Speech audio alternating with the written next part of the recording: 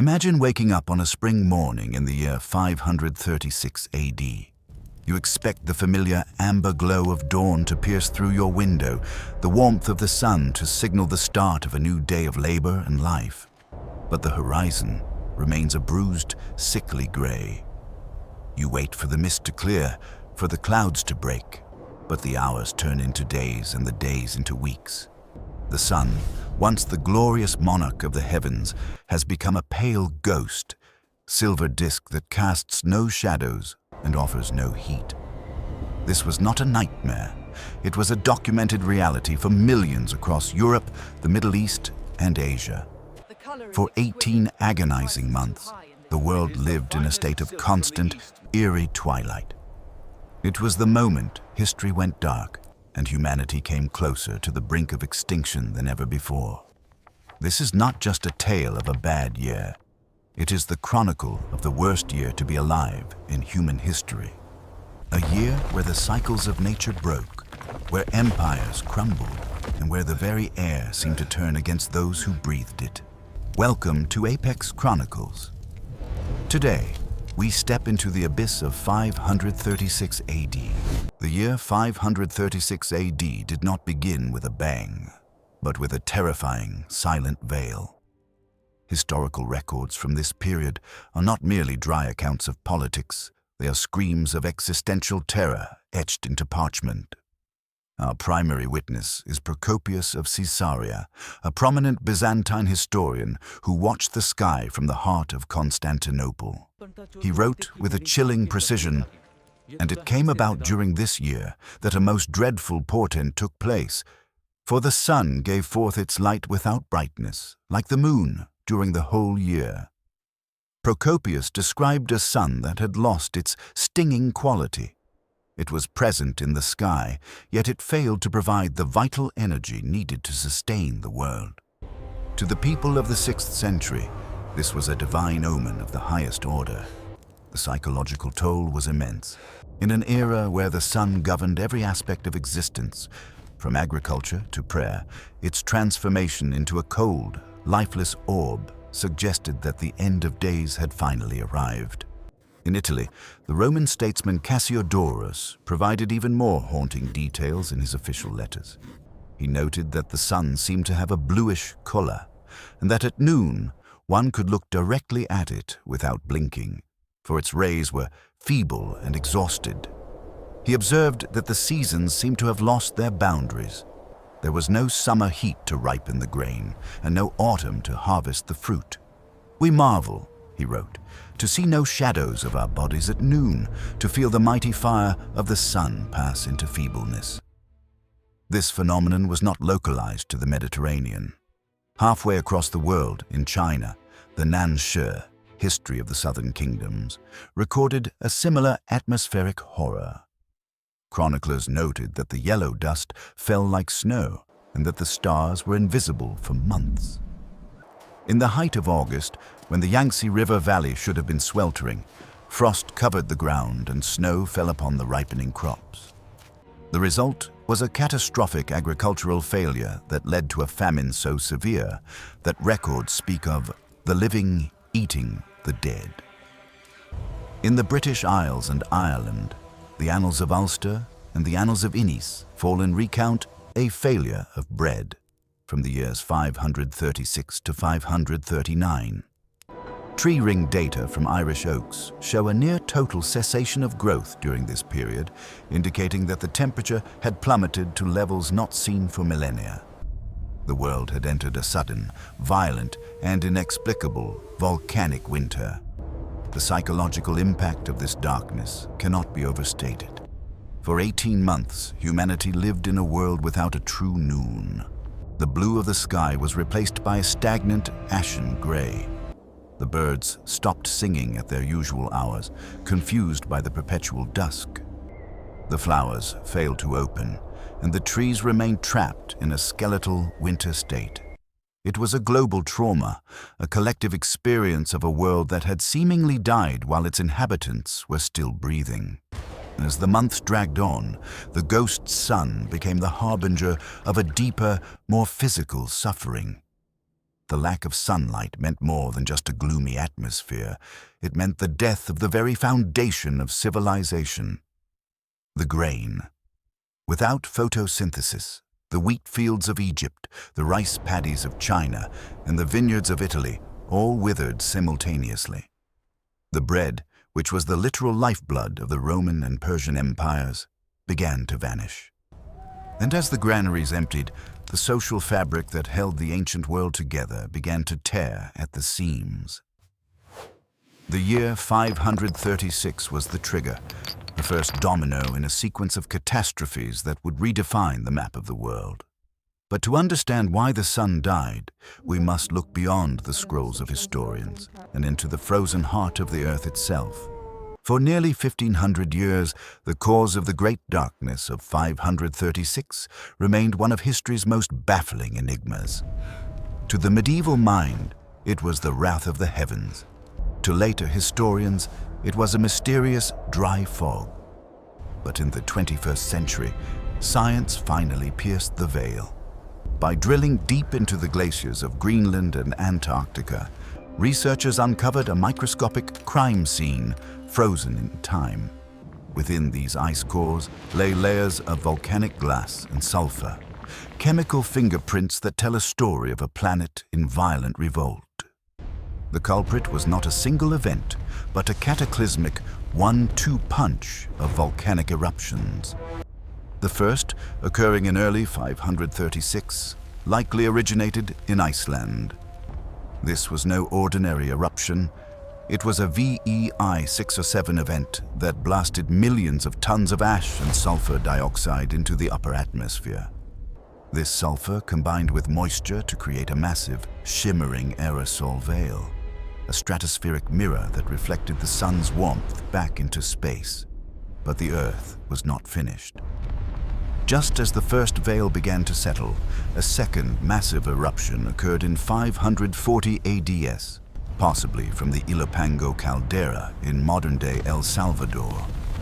This double strike ensured that the volcanic winter lasted for more than a decade. The result was the coldest decade in the last 2,300 years. The planet's climate didn't just change, it broke. The jet streams shifted. The monsoons failed. The thermal equilibrium that allowed civilizations to flourish was shattered. This wasn't a localized disaster, it was a global shroud. From the mountains of the Andes to the plains of Mongolia, the sky turned into a toxic ceiling. Modern climate modeling suggests that this volcanic ash cloud was so dense it reduced solar radiation by nearly 30% across the northern hemisphere. This was the late antique Little Ice Age. It was a geological trauma that left its mark not just in ice, but in the very wood of the trees. Tree rings from this period, found in the Altai Mountains and the Scandinavian forests, are nearly invisible, showing that the trees practically stopped breathing for years. They were suffocating in a world without light, standing as silent, wooden witnesses to a planet that had suddenly turned into a freezer. When the sun died, the food died with it. In a world where 90% of the population lived and died by the harvest, the dimming of the sun was a death sentence. As the volcanic fog settled over the continents, the fundamental engine of life, photosynthesis, slowed to a crawl.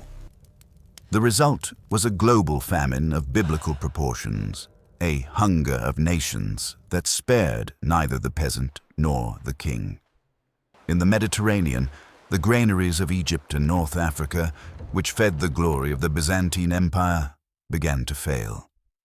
The Nile, sensitive to the changing monsoon patterns caused by the cooling, did not flood as it should. The wheat stalks were stunted and blackened by frost in the height of July. In Rome, bread prices skyrocketed, and the desperate cries of the hungry filled the streets of once grand cities. For the first time in centuries, the eternal city felt the cold grip of starvation. However, the reports from the Far East were even more harrowing.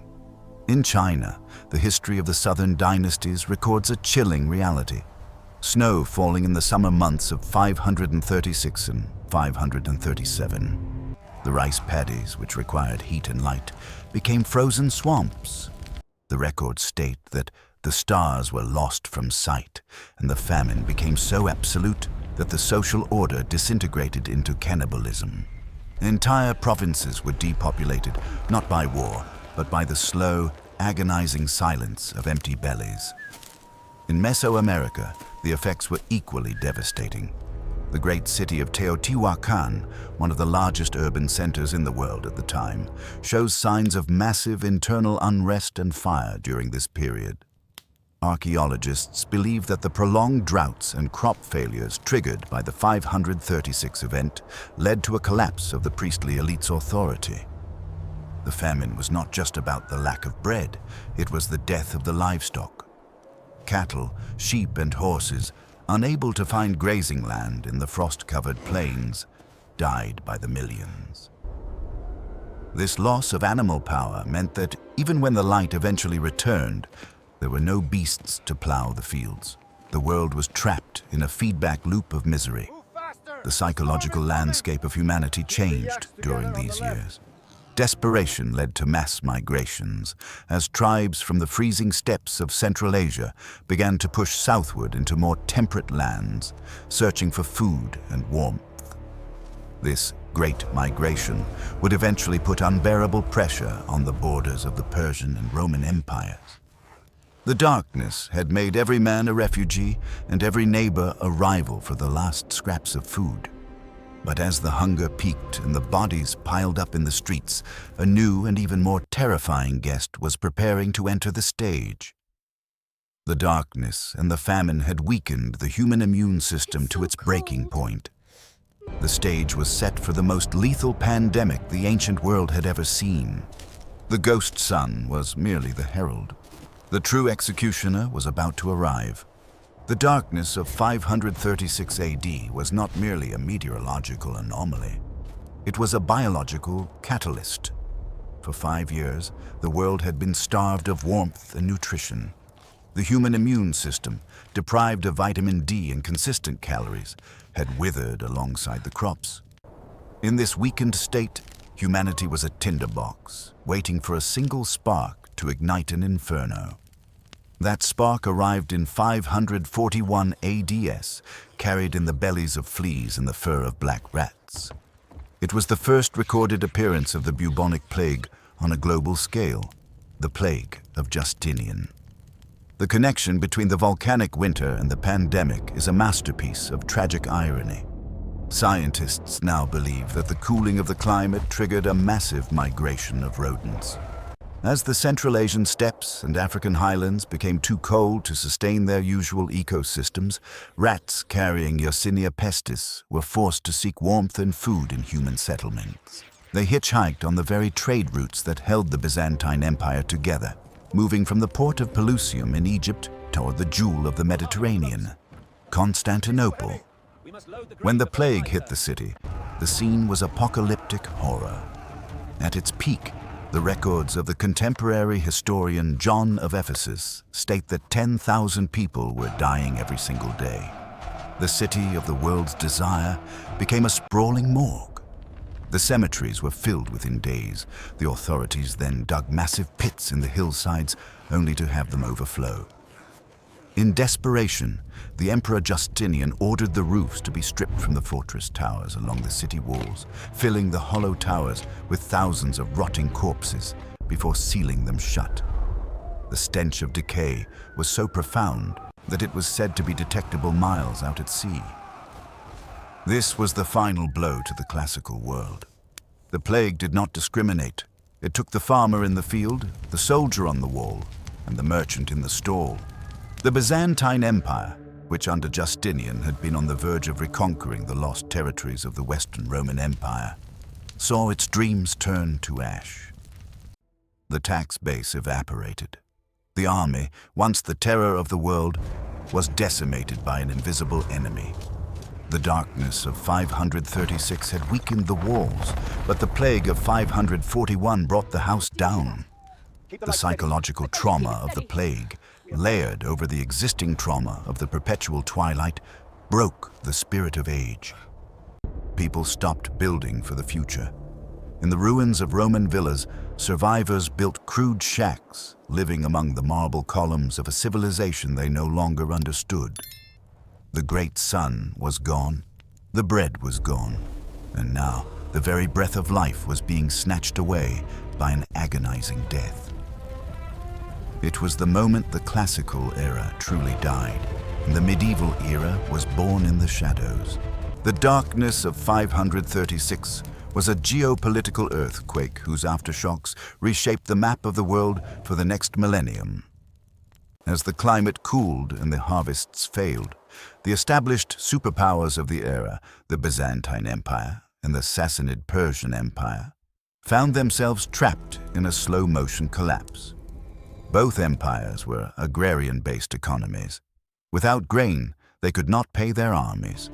Without armies, they could not hold their borders. To the north, the shifting climate pushed the nomadic tribes of the Eurasian steppe into a desperate frenzy. The Avars and the Slavs, driven by the freezing temperatures of their homelands, began a massive southward migration into the Balkans. They were no longer just riding, they were fleeing a dying land. The Byzantine frontier, once a solid line of steel, became a sieve. The ethnic composition of Europe was forever changed during these years of darkness, as the Germanic and Slavic tribes moved into the voids left by plague and famine. In the Far East, the volcanic winter contributed to the collapse of the Wei dynasty in China. The internal chaos caused by agricultural failure led to civil wars and the fragmentation of the state. The mandate of heaven, the ancient Chinese belief that the emperor ruled by divine approval, was seen as revoked. When the sun failed to shine, it was interpreted as the ultimate sign of a failed ruler. The political instability triggered by 536 would take centuries to resolve, eventually paving the way for the rise of the Sui and Tang dynasties. Perhaps the most profound geopolitical shift occurred in the Arabian Peninsula. While the northern empires were freezing and dying of plague, the cooling of the climate and the increased rainfall in some parts of Arabia made the desert regions more habitable. The weakening of both Persia and Byzantium created a massive power vacuum in the Near East. The two giants had exhausted themselves fighting over a frozen, plague-ridden landscape. By the time the skies finally cleared and the temperatures stabilized, a new force was rising from the south, a force that would eventually sweep away the remnants of the old world.